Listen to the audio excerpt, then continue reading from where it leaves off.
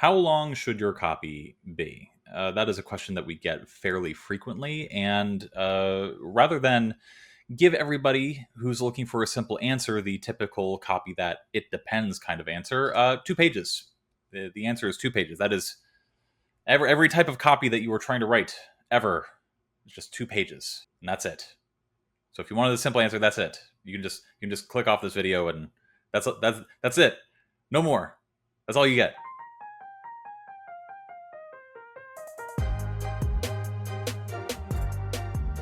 For those of you who have stuck around past this, you probably understand intuitively that saying exactly 2 pages feels absurd.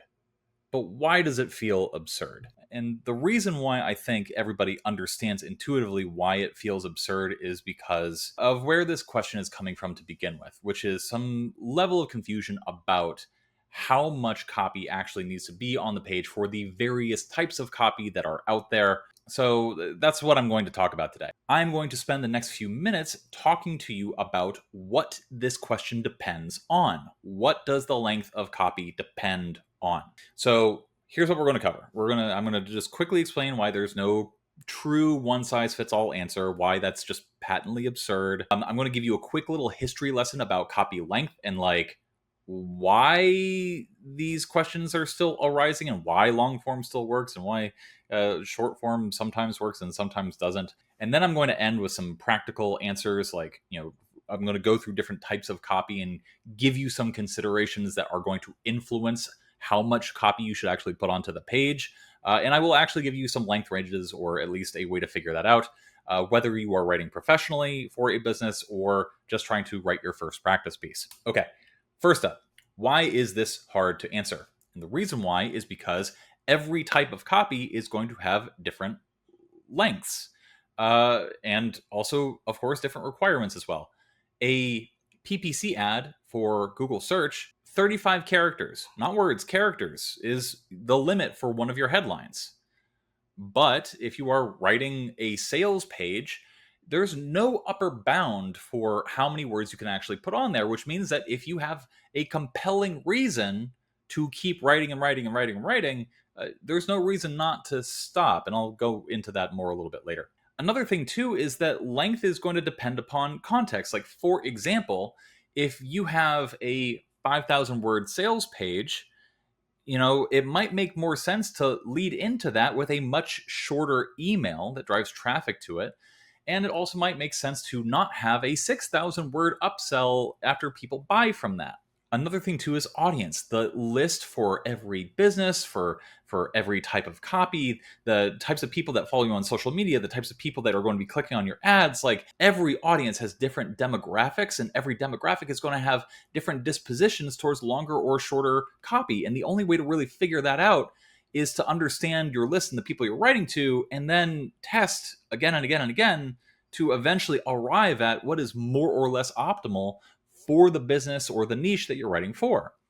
And then finally, tech matters. As I'll go into a little bit more later, Gmail is going to cut off your copy above 10,000 characters, more or less. So you have about 1,500 to 1,600 words to actually write. So if you wanted to go longer than that, you can't. There is a cutoff button. And so the actual platforms themselves determine how much or how little you can or should write. And of course, every platform, everybody interacts with stuff differently. I'll go into that more later too. Another thing too is that you might go into a particular type of copy and a business might have a particular thing that's working, but they might not have tested everything. And testing typically reveals some surprises, things that businesses or you do not know. And so you might test a different length and find that it just works better.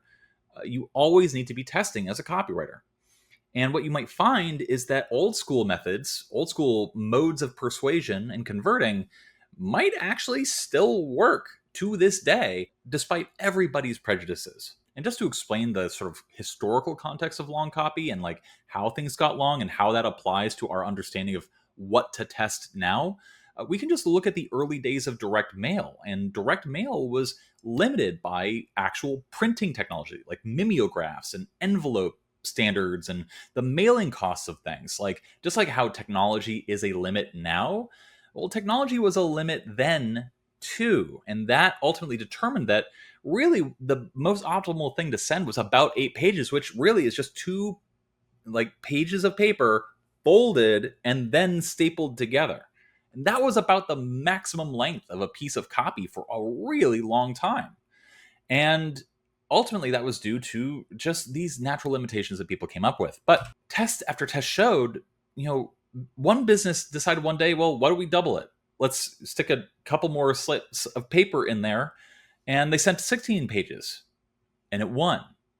And then all of a sudden, businesses kept increasing the page count. And then all of a sudden, they were mailing people like magazines that were actually like disguised catalogs or disguised sales letters.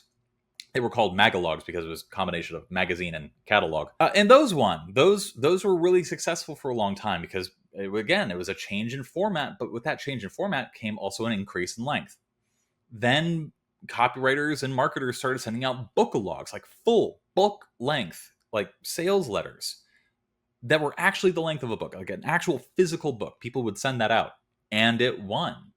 And so for a long time, especially in like the late 80s to 90s, bookalogs were like the format that was the best thing to do if you had a really, really good marketing idea. If you want to look at famous bookalogs, there's the E-Myth Revisited was one. You go into the E-Myth Revisited, the last page of that book is an order form. Same thing with Plague of the Black Debt. Like, last page was an order form for a newsletter. Like, a lot of books are actually just sales letters in disguise. That's a bookalog. And then, of course, as everything sort of switched to digital and moved online, all of a sudden the cost to send a thing dropped to nearly zero. And that created a sort of digital inflation where, there was now no technological limit to how long a sales page could be. And then once bandwidth became more available, there was no technological limit to like the way that you could actually disseminate information.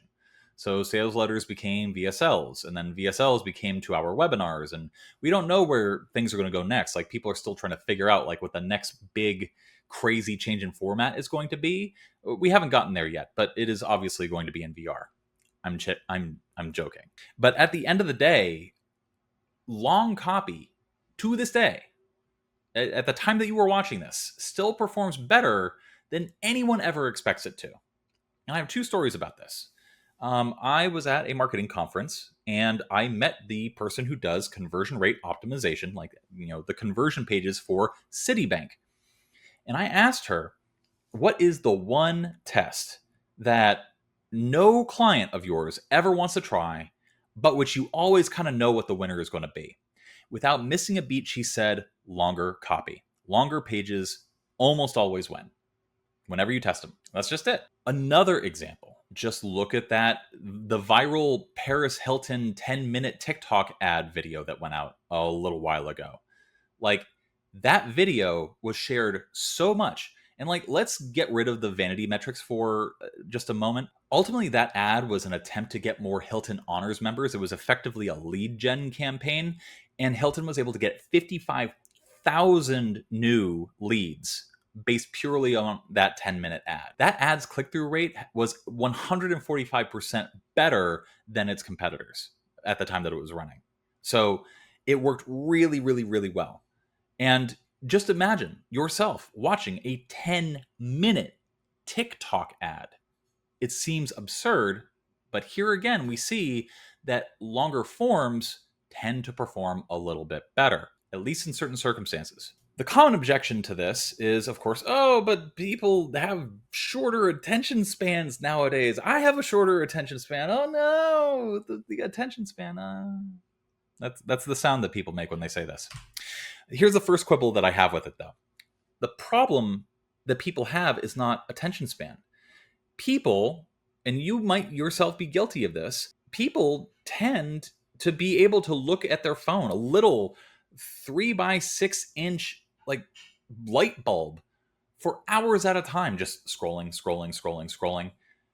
Like, you talk to a medieval peasant and tell them, okay, there's a 3-inch by 6-inch square on that wall. Stare at it for the next 4 hours. Again, that sounds absurd, but that's exactly what people are doing when they are sort of locked in their phones. So the problem is not attention span. Attention spans have not changed. If anything, attention spans have gone up. Now the problem is that everything seems more boring in comparison to anything else. It's more about the deluge of content that is constantly demanding attention rather than somebody's attention span diminishing. And this actually relates fairly well to the medium is the message, the concept that the way that we interact with technology and media shapes the way that we think about and interact with the world. It's not just like the content on like a television screen or a computer screen or a phone. That doesn't just affect the way that we think. It's also the actual medium itself. It impacts our cognitive processes and the way that we talk to each other. As copywriters, we need to pay attention to each individual medium that we would ideally write for and understand the subtle nuances of how that medium influences audiences like different from other media. You know, a person who's used to writing for television commercials is probably going to have a hard time writing a very good like meta VSL. And that's because each medium is different. And of course, the expectations and the cognitive understanding of the media changes depending upon how that person is interacting with it. So anyway, each medium has different, unique opportunities and challenges for crafting effective copy, has less to do with attention span. It has more to do with the way that people interact with different types of communication technology. Here's the second quibble I have with this particular objection that people have to long copy. It simply ignores how people tend to interact with web pages. And if you think about yourself and the way that you interact with web pages, you'll notice that most people just graze stuff. People skim stuff. Like as you're going through a sales page, you're going to look at what's interesting to you. You're going to skip to what's not, you're going to skip what's not interesting to you. You're going to look at the things that like catch your eye and ignore the things that don't. What we find when we put heat maps on websites, like in a heat map just measures like where people tend to linger or put their eyes or stop scrolling. What we find is that long copy just increases the odds that someone is going to encounter something that is going to persuade them to buy. So it's not about having like one long form page that you expect somebody to read all of. It's more about having a long page that just has more shots at presenting something that's going to get attention, the kind of attention you want to channel into action. Case in point, every single like major Amazon product page is actually long form. Like if you scroll down an Amazon product page, it's pages and pages and pages of copy and creative and social proof and like advantages and comparisons and videos and things like that. Amazon product pages are long form product pages in disguise, and yet no one seems to have a problem with them. No one is saying like, oh, it's long copy, therefore we should dismiss it and not do it. We should shorten Amazon product pages. No, like nobody has a problem with Amazon product pages, and we know that they work. So, there's just no water being held by this low attention span, get rid of long form kind of argument. We just know that the more copy there is, the more it tends to sell within reason, because there's a difference between long copy and wordy copy. Long copy is hitting benefits, hitting features, demonstrating things. Every piece of like a long form piece of copy needs to be functional. It's not just writing for the sake of writing. Wordy copy is one of the greatest sins that a copywriter can actually commit. And what that is it's fluff, it's things that don't matter, it's talking too long about something that can be discussed very succinctly. It's using fluffy language like the policeman meandered to the automobile when you could have said the cop went to the car. Wordy copy is something we want to avoid. And I think that most people that have a problem with long copy falsely associate it with wordy copy and vice versa. So don't think that I'm telling you, just write more, bro. Long copy is structurally very functional. Wordy copy is not. It just has a lot of words. With all of that in mind, that just means, central takeaway here, the length of your sales copy probably needs to be longer than you expect it to be. And we see massive outperformers on the far ends of the bell curve, either very, very short or very, very long. But is this true for every type of copy? Let's actually look at some specific examples. So if you are the type of copywriter to write sales letters and sales pages, the thing that should determine the length of your copy has less to do with the number of pages or the number of words and more to do with the number of features, the number of benefits, the number of advantages, the number of objections a customer might have, the actual details of the offer. In order to spell all of that out for a certain type of product that has a fairly robust number of like objections you need to overcome or benefits you need to display, or like a really like good offer that has a lot of bonuses and terms and things like that, that's just going to require more words. You need to type more words on the page to spell everything out. That's it. And so ultimately, how long your sales letter should be or a sales page should be determined by how much stuff there is to write about and to cover everything as well as possible. Now, here's the thing. You might determine as a copywriter that your sales page should be fairly robust, fairly long, et cetera, but client tolerance is going to vary. Like I mentioned before about the CRO person who basically said, like, clients don't want their copy to be long because they're worried about attention spans and scaring people, yada, yada, yada, yada. People just have these sort of baked in prejudices that you as a copywriter, well, you should be able to persuade them to, like, hey, let's test like a shorter version versus a longer version. Or you should be able to convince people using your actual persuasive skills that longer copy is probably going to be better for this particular circumstance. Again, don't treat it as like, universally, this is a true thing. Treat it more as like, we need to pick the right tool for the job, and long copy is the tool for the job in this case. You got to make that point. Email. The length is usually determined by the goal. Like, what are you trying to get the email to do? If you are trying to like just tease somebody to click onto a sales page or a sales letter or a product page, you probably don't need a whole lot of copy, and you probably shouldn't use too much copy because it might actually sap some of the persuasive potential of the thing that you're linking to. And so your lift copy, your graphical and ecom emails, like, it needs to be short and enticing. And intrigue can form part of what is enticing, but it doesn't have to. Now, if you're writing longer form emails, such as like sales emails that actually do spell out a persuasive case for buying or, committing some sort of action, or you're talking about email newsletters, which back in my day, because I'm old, used to be called e-letters, they have to be less than about 10,000 characters or about 1,500 to 1,600 words, depending upon the length of your words. Better in most cases, especially if you have like a longer form piece that you want to email out to people, just pick a really good like cliffhanger point and then link people to a website or a blog or something like that. I actually know one newsletter business that stopped sending out long form articles and newsletters altogether. They simply just sent out like a lift, like a 2-line lift that just linked people to some new article about a particular topic. And that's how they engage people. And their deliverability went up as a result. So there you go. So SEO articles and other types of content marketing, it really depends on your strategy.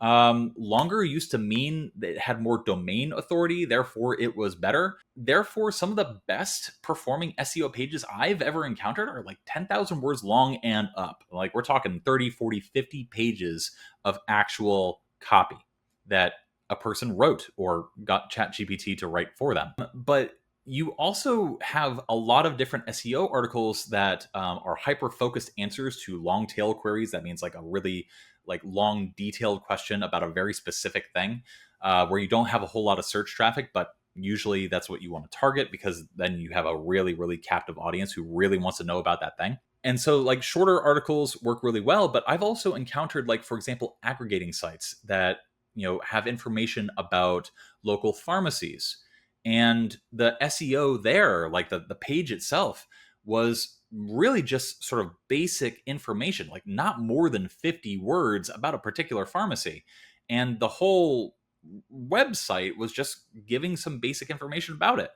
Uh, and it worked really, really well. So take it or leave it. Now, when it comes to like meta ads and other short form VSLs, again, the only way here is like to know is to test, and like Meta has baked into it a really robust testing infrastructure that you should take advantage of.